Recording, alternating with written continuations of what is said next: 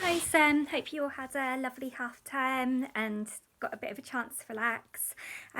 So we've now finished the research method stuff we wanted to do. So as I said, we're moving on to revision now. I saw with a lot of people who filled out their tables that many people were kind of struggling with theory. So the first 3 lessons are going to be on each different theory, just going back through it. So I've kind of changed how we're doing things now. So basically I've sent you like a booklet that I've made for a PowerPoint to work through, but if you want to do the same information but do it as a big mind map, if you find that useful, that's fine, but as long as you use this as a guide of what you need to know and what you need to write, because that's quite important. So I've started with functionalism because we did that in class first. So if you remember, basics of functionalists, they're consensus theory, which means they see society as running smoothly, and they're a structural theory that means that they see us as individuals as having a lack of free will. The wider society controls our behaviour.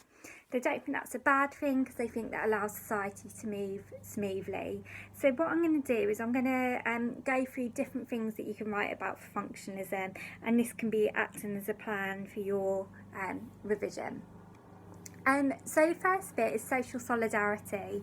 So just to remind you, social solidarity is a feeling of belonging to a community. Now, why this is important is that social solidarity is needed, because if we only cared about our own individual needs, if we were completely individualistic, then we would do things like commit crime and do actions that only cater for ourselves, which would damage wider society. So if you think coronavirus at the minute, it's a good example of it. Probably everyone wants to like go out and have fun and see their friends and their mates, but we collectively we're like staying at home to protect other people, and it shows a collective conscience, which basically is social solidarity. Now, what sociologists and functionalists think is we're not born with social solidarity. They actually believe that the education system teaches us social solidarity. It teaches us to respect the community that's around us. Now, there's 2 ways that they can do this. One is history. So in things like history lessons, it instills a sense of belonging to a culture, having respect for your nationality, having respect for your past, and it instills a sense of belonging. And secondly, things like assemblies, where you're taught to be that you're part of a bigger community, a wider school community, gets you used to that kind of sense of social solidarity. So what school is, when we talk about society in miniature, school essentially is getting you used to the skills that you need for wider society. It gets you used to getting on with people that you wouldn't perhaps ordinarily get along with. It gets you used to respecting the rules to help wider society. So for example, in a classroom, if you even though you might want to chat and have a laugh, you sit quietly because you're respecting other people's learning environment. So school is like a society miniature because you're learning those skills that are needed for wider society. I've left space at the bottom for you to add an evaluation point. Now, if you don't remember the evaluation point, just let me know, but just to remind you, not everyone feels a sense of social solidarity. Think about another aspect of the course, which is the ethnocentric curriculum, and explain why that might prevent some people from feeling a sense of social solidarity. Okay, now the second paragraph looks at Parsons' view of meritocracy. So if we remember, when we are born, we have an inscribed status. So when I was born, I was someone's daughter. I didn't earn that status, I just had that status. I was born with it, which is what it means by ascribed. And because of that, I was treated a certain way I had certain responsibilities and certain rights, but all that was ascribed to me. Now, at no other stage in life is my ascribed status going to matter. If you think of things like your job, you've got an achieved status. So people judge you on how hard you work, how good you are at your job, and what the school does is it prepares you for this position. So it acts as a bridge, if you will, from the home life to the workplace, getting you used to having to prove yourself through achieved skills. So if we think about this, the fact you all have to sit the same exam, it's like a proving ground to prove how hard you work. You have to get teachers to write you a reference, and you do this by acting good in class and getting involved with school activities. So all of this prepares you for wider society. And what this means is, because the reason that school's important for this is that they claim it's a meritocracy.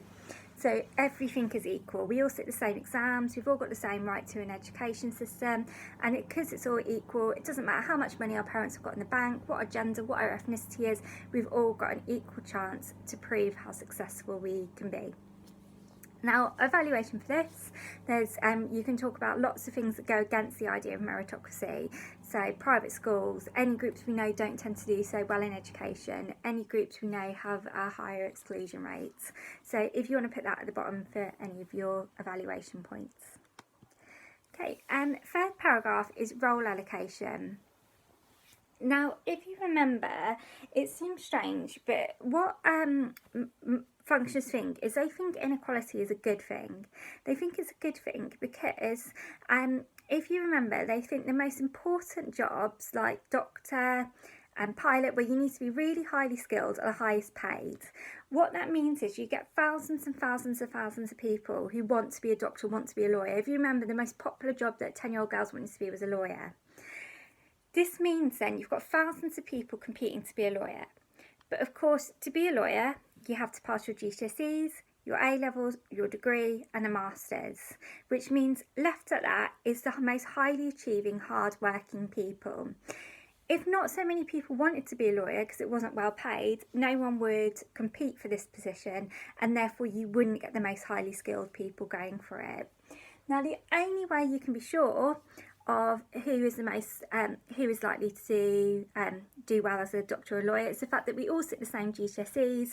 So if someone gets an A star and someone else gets a C, the person with the A star should be more suitable for doing that particular area of work. So universal exams and GCSEs are important. Equally, the fact we've got a meritocratic education system is important. Because it's important that everyone gets a chance to go to school, because if only some people did, you might be missing out on the most suitable, hard-working candidates. Now, we've already evaluated the idea of meritocracy, so we want to evaluate this idea that the people who are, you've got a big pool of people to go for high power, high skill jobs like pilot or doctor.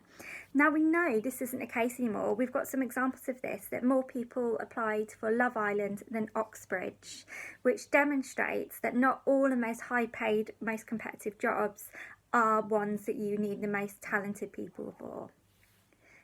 Finally, I've put, there are some kind of, this is just get us looking at the overlap, the kind of contrasts and similarities between Marxists and functionists. So I've put 9 functionist statements. For each one, I just want you to tick or cross whether an individual, whether Marxists would agree or disagree. Any questions, let me know. Hope that's useful. Speak to you all soon. Bye.